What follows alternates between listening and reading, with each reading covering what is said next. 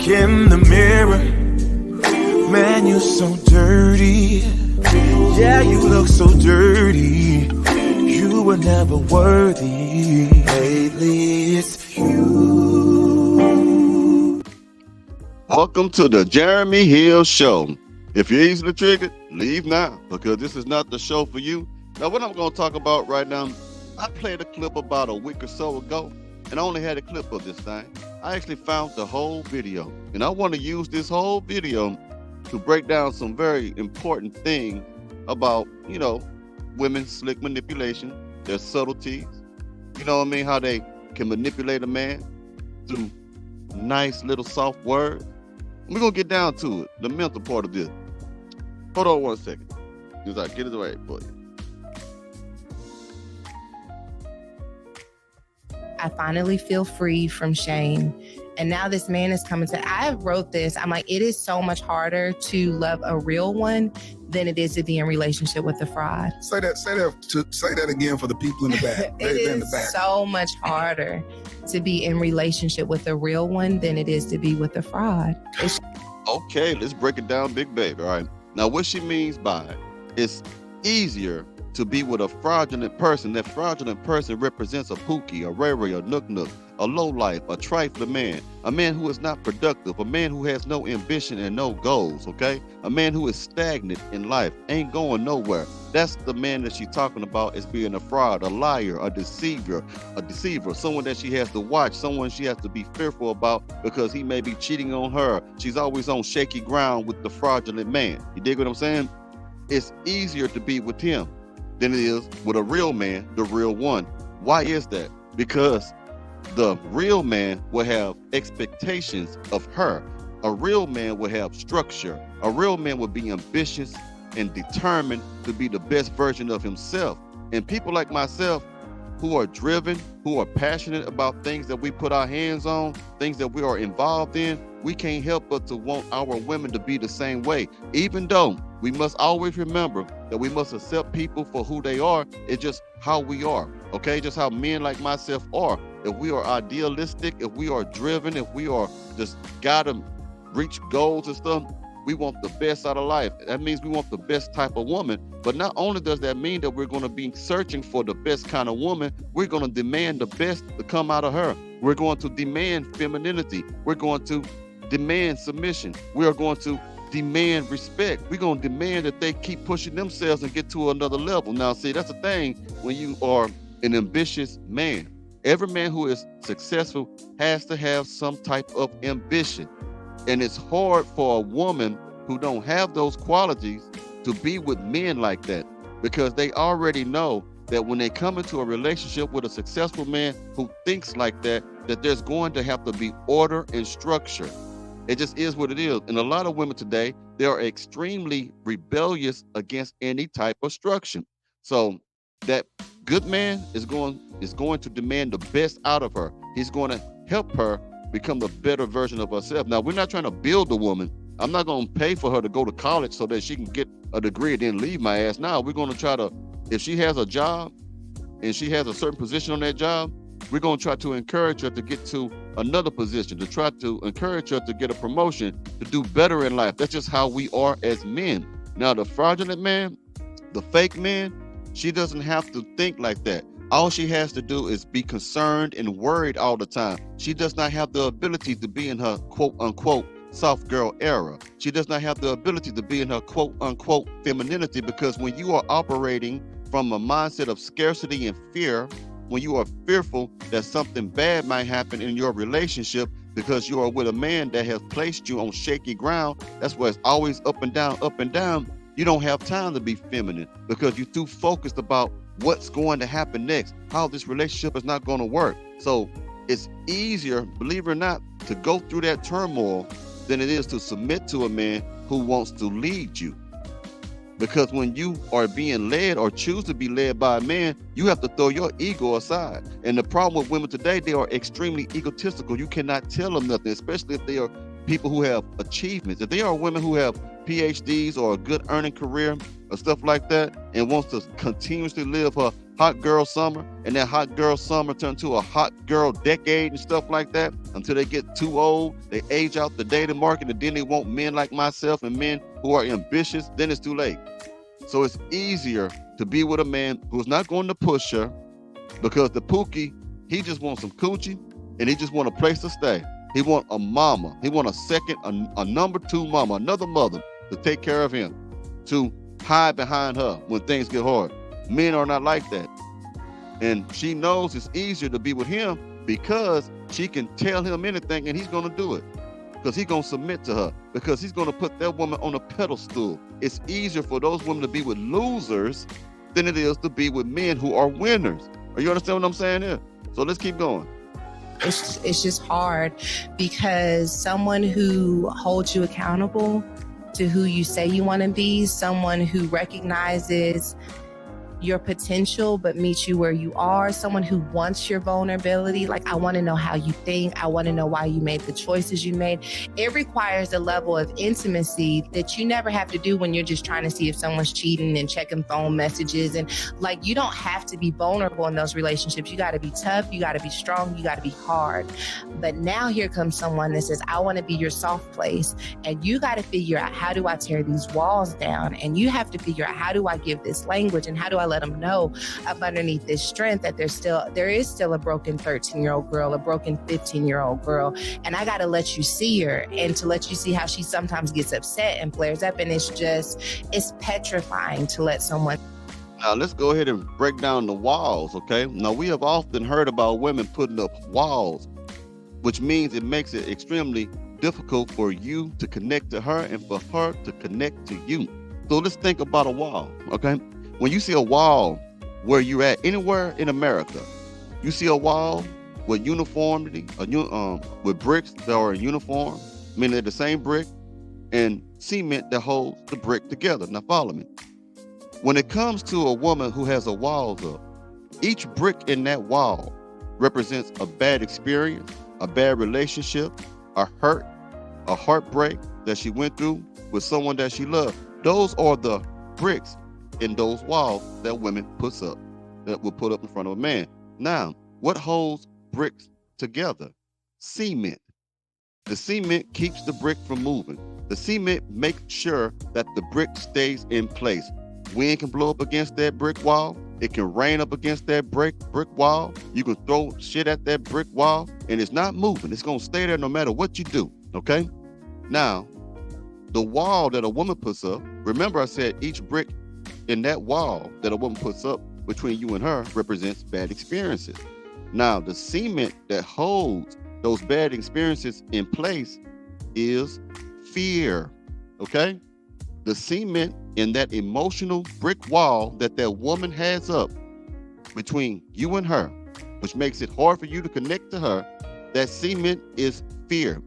And whenever you try to get close to her, or whenever she wants to open up and get close to you, that fear, which holds those bad experiences in place, keeps her from doing so, because every time when she wants to open up, she thinks about those bad experiences.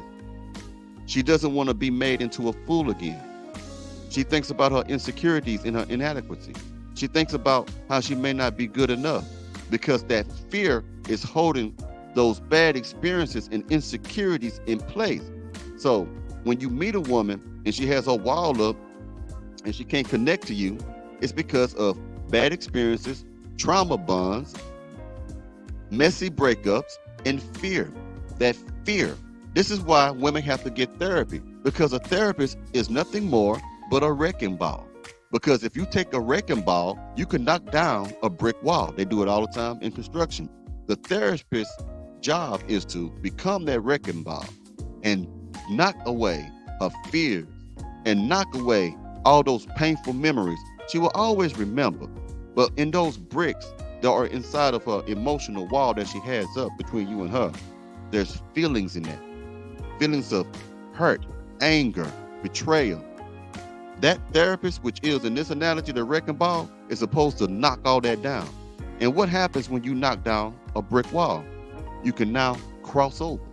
Because first it was a brick in front of you, a brick wall, and you couldn't cross over to the other side. But when you knock over that brick wall, you can cross on over to the other side. So when she goes to therapy and they knock that wall down through her work, her putting in the work to knock that wall down, now she can cross over to the other side to you. And you can cross over to the other side of her, and you can connect with her through intimacy. Because you cannot be intimate with a woman who has a wall up. She will always be afraid. Can you dig what I'm saying? I'm trying to give it to you smooth, Jack, just like that. You dig this before you dig that. So that's what I'm trying to tell you. So think about that. Let's keep going. Sometimes gets upset and flares up, and it's petrifying to let someone that closely into your space. Was there any moments where you tried to self-sabotage it? Moments where you tried to maybe break up with them along the journey, or moments where you that little girl or that broken ex-wife rose up and you was like, I don't think this is gonna work. Did you ever have those little temper tantrum moments, as I call them?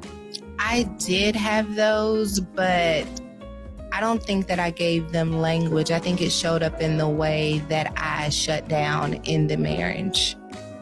I think even into our marriage, not just in our dating, I think even when I was in Dallas, I still felt a sense of safety and autonomy. When I moved to LA, now I'm like dependent on a man. And it takes you back to that when you moved to Virginia. Where were you at? In Leesburg, Virginia, yeah. Yeah, it took you back to that moment. Now you're away from your safe space. I'm in another city. Yep. I'm dependent on a man to like figure out where the grocery store is. Yeah. And also someone who's trying to figure out like, why do you make the choices that you make? And it just felt like it was trauma on top of trigger. And I think that there were just moments where I would just shut down. I would not speak up, or I would get angry over small things. And it took me, oh my gosh. So we got married in November. It was the 4th of July of so maybe 7 months into our marriage. And I had frustrated him, he had frustrated me. And we were trying to figure out why we were frustrated. And he was like, I'm gonna go out for a drive. And I was like, cool, enjoy.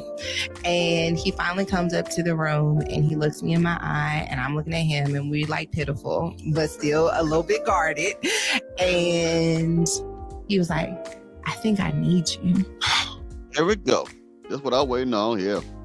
Now I want you to pay attention to everything she said. She was frustrating this man. She was acting all kinds of ways. She was out of pocket. She was making that man miserable to the point. What she was doing, gentlemen, was breaking him down. When women act like a complete butthole, it's usually because they're trying to break up with you anyway. But if she does not do that, then what she's doing is trying to manipulate you and break you into submission to try to get you to do whatever she wants you to do, to get you. See, the thing about intense emotion, okay, you can love somebody. But for some reason, when you cause conflict, it makes that person act in a scarcity mindset as if they're about to lose you, and then it heightens that need for them. I used to do it all the time with women all the time too. I used to have a relationship with women when I was trying to play the game and I knew they were crazy about me. I would purposely start shit to make them feel as if they're about to lose me. And when I just sit back and wait, and when they start to panic, they start to come running back and stuff, they start to do whatever I want them to do tenfold.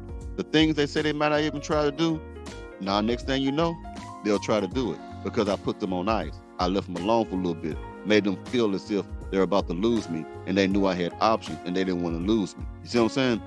Mouthpiece, man. You got to know what you're doing and how you're dealing with it. So that's what she was doing from what I'm seeing. So the man came back, he drove off, he was thinking about it.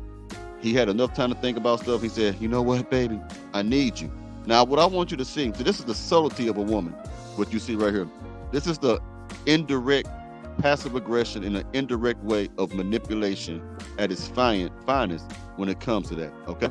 Now, this woman, I want you to pay attention to what she's going to say next. I backed it up a little bit.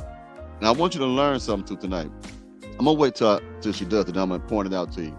It's very subtle. You got to keep your eyes and ears open to understand it. And he finally comes up to the room, and he looks me in my eye, and I'm looking at him, and we pitiful, but still a little bit guarded. And he was like, I think I need you. And I was like, I think I need you too. Okay, now, When she said that right there, you see how the man who's interviewed her reacted? He threw his arm and like, oh my God, oh my God. As soon as he did that, her tone of voice changed again. The first she said, I think I need you. For example, the man said, oh my God, like he could have followed like a groupie, all right? Then her voice changed and became more softer. I think I need you too. This is voice inflection. I'm saying inflection, voice inflection, man. I want you to learn one thing from me tonight because it works very well. If you want someone to hang on every word that you say, practice speaking softer, even to a man. Why? Because when you speak softer, they have to focus more on what you're saying, which means they have to soak up every drip and every drop of the game that you spit into them. When you maintain a monotone voice and you keep your voice up a little higher, whatever it is, they hear you, but it's within reason they can hear you. But when you speak a little bit softer, why you think sometimes you whisper in a woman's ear? Why you think when you get on the phone, some of you do it unconsciously and some of you do it consciously? You get on the phone, you talk to a woman, your voice changes. You talk a little bit softer and stuff like that. Imagine when a woman speaks to you soft on the phone, how it makes you kind of tune in more, how it makes you feel more comfortable. Even the Bible says a soft answer turns away wrath. Changing the tone and the volume of your voice manipulates the hearer. Are you listening to what I'm saying? So sometimes I know how to do it. I can slow my speech down. I can let my southern accent actually come out because I control it most of the time when I'm talking to y'all and you might still can hear it. Then I speak a little slower and I speak a little softer. Sometimes I do that on purpose when I'm dealing with women so I can make them focus more attention on what I'm saying more than what I'm doing, because I want to shape the opinions that they may have of me to my favor. And it takes a little practice, but it can be done. And that's what she's doing. I don't know if she's doing it. I think she's doing it consciously because women have that subtlety about them when it comes to manipulation. Okay? So let's keep going. It's a teachable moment. I think I need you too. And needing someone when you have been so proud of building a life of independence, to say that I need you, that I don't think I can build this life without you. I don't think I can raise these kids without you. Like, it's one thing when I want you. Yeah. But Man, don't fall for this, y'all. This is very slick talk. Even that dude that's sitting beside her is just emotional. He's like, oh yeah, oh my God, you know. That's the kind of dude that would be a simp. If he wasn't a simp, right then and there, she saw that she can break him. She can break him into a simp or some other man. Because when you start sounding like a groupie and stuff, man, like, oh my God, man, oh my God, yes. When you start talking like that, man, she got you. You got to maintain your masculine frame at all times. You got to be stoic to an extent when you're listening to women talk, because when women talk to you, they are reading you on dates, even in relationship. Women study their men more than men study their women. I'm gonna tell you that now. You can study a woman, but it's different because women have a certain type of innate intuition. We got it too, but we call it gut feeling. But the feminine intuition is a beast of its own. They have to have that to be nurturers. So when a woman use that empathic ability that they have the right way and know how to do it, they can cause hell in families. I've seen them cause hell in churches. If they know how to manipulate people, how to lead them through conversation, man, I'm telling you, it's a motherfucker. Real talk. Y'all may not be seeing this. Some of you may be seeing what I'm seeing, but I've been around women, man, and I've seen this before. Need you. It was a defining point in our marriage, and it changed the way that we chose to work through things, because we no longer saw one another as optional or accessories. We realized that in order to be one, we both have a relationship with God. So it's like, my destiny is connected to your breath. Sir, you trying to mess me up over here. You need to quit. You heard this, dude. The reason why she's getting thicker with it, your destiny is connected to my death. My breath. The only reason why she went that far with what she just said, because she's watching the response of this man. If that man would have been stoic and said, man, that's okay, I get you, and let her talk, her voice changes every time when she's trying to, and she pausing, man. She's pausing when she said, like, my destiny is connected to your breath. She pauses for a response from that guy. She already see how he's acting already. So that's a lot of that stuff. Sometimes you say stuff like that and you pause. Like they say, you throw enough dookie at the wall to see what stick. So you pause. I'm telling you what she's doing, man. She pausing and he falling all over the place. Like, oh my God, oh my God. Some men's minds are weak like that. And this is how women can manipulate men to the point where they're breaking their pockets and stuff, because when they see they got you through that conversation rule the nation, like they say, when they see that, and they also know that you're attracted to them, but that mouthpieces, because there's some women that's cold. I done met some women that's got some cold mouthpieces, man, that can really talk, bro. Not all these women can not talk. Some women, they just talk, rely on their body and vagina. There are some women out there that are smooth. Even the Bible speak about, I think, a woman's mouth can be as sweet as a honeycomb, man. This woman's mouth right here, it only work on certain men. It ain't gonna work on me. I can see it. But that man sitting across from her, oh man, she'll talk him into adultery if he's married, if she wanted to. He'll fight against it and resist it and stuff, but if she keep, over a period of time, consistently getting at him, he gonna break. We both have a relationship with God, so it's like, my destiny is connected to your breath. Sir, you trying to mess me up over here. You need to quit. You need to just quit talking. Good Lord. Your destiny is connected to their breath. Yeah. You heard he said, you need to stop talking. You need to stop talking because it's getting to them. Destiny is connected to their breath. Yeah. You feel like that. I do. I do. And the strong, independent woman in me wants to be like, girl, you got this. Don't ever say that. Why? Shh. Don't you say that. But I couldn't do it. I couldn't do it without. He steadies me. He knows how much it costs me to be me. Oh, I gotta stop this shit. This dude is blown away. Did you hear what he said? And you feel that way? She got him. She could be lying through her teeth right now. She's on the camera. Women love to pretend, man. I'm not saying that I ain't saying every woman who does that is not really genuine. Maybe because my lifestyle and stuff I've seen in my life keeps me on guard like that. But I've seen people do that, man. And he already sucked it in. It's like she the pimp and he the hoe. She's the 16 and he's the 304.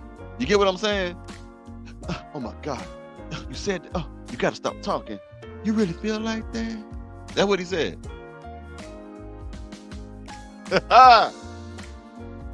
Boy. A lot of these people ain't got no street sense, man. But anyway, I hope y'all enjoyed these episodes I brought to you today. And you know how I get down, y'all. I'll be talking to y'all real soon. Y'all have a good day and y'all be safe out there. You hear?